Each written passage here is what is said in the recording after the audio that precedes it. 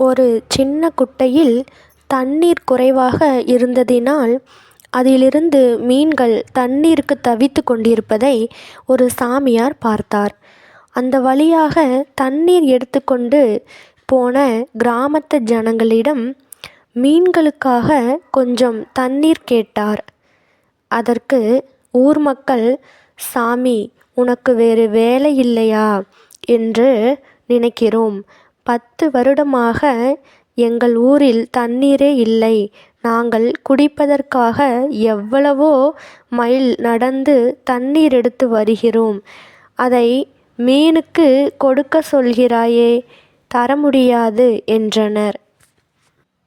பின் சாமியார் தன் கமண்டலத்தில் தண்ணீர் கொண்டு வந்து குட்டையில் ஊற்றினார். அங்கே இருந்த மீன்கள் எல்லாம் சந்தோஷப்பட்டன.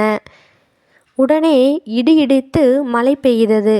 "இந்த சிறிய தருமத்திற்கே மழை வரவழைக்க முடிகிறதே, 10 வருடமாக தண்ணீரே இல்லை என்றால் நீங்கள் எவ்வளவு தான தர்மம் செய்ய தவறிவிட்டீர்கள்" என்றார். இக்கதையிலேருந்து தெரிஞ்சுக்கிறது என்ன அப்படின்னா, எங்கு தான தர்மங்கள் சரியாக செய்யப்படுகிறதோ அங்கு தண்ணீர் பஞ்சம், உணவு பஞ்சம் வராது.